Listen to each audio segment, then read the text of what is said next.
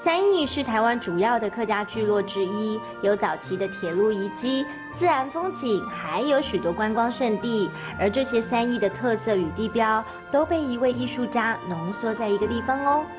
三义这边是充满着艺术气息的国际慢城，从两个呢，艺术家就把所有三义的特色放到呀给土地度嘞。既然来到一个这么有艺术气息的地方，俺们想我来发图嘞。彩绘99个阶梯，道尽了富含文化的三义。不论是平日假日，都有不少人慕名而来。看着眼前这幅巨作，我也想找个地方来彩绘一番，看看我是不是这么有美感。哇，呀，条树的雕刻当地人像诶，呀，个迄苗条条吼。嘿啊，好可爱哟。呀，迄全部以前中我社会的产品。对，所以在台湾的15种苗条条的其中的几多种。真紧哦。拿到奖奖。呀。也雕刻个彩绘两个技术结合起来，这样画得出来，这样做得出来。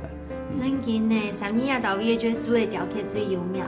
来到呀，导演俺们被感染到了，知道俺们想我来画图嘞。做得啦，像游客来到亚达威看到按奖金要去搞，做得来搞。真的。都隔壁，还有时间。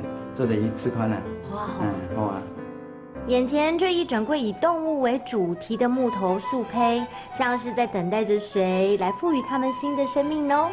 旅人只要挑选一个自己喜欢的木雕，然后握紧画笔，发挥你的想象力，在上头尽情的画图哦。好嘞，两个人用就好些嘞。你看哦，安尼一张哦，今年的9年，画出来一张。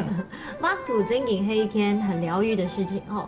很多人来了，甚至是来画这个喜欢的东西。而且可以静下来，常常的画。一般差不多2点钟的时间。真的哦。差不多2点钟。好，刚才哟就9年送门这个叫来夫。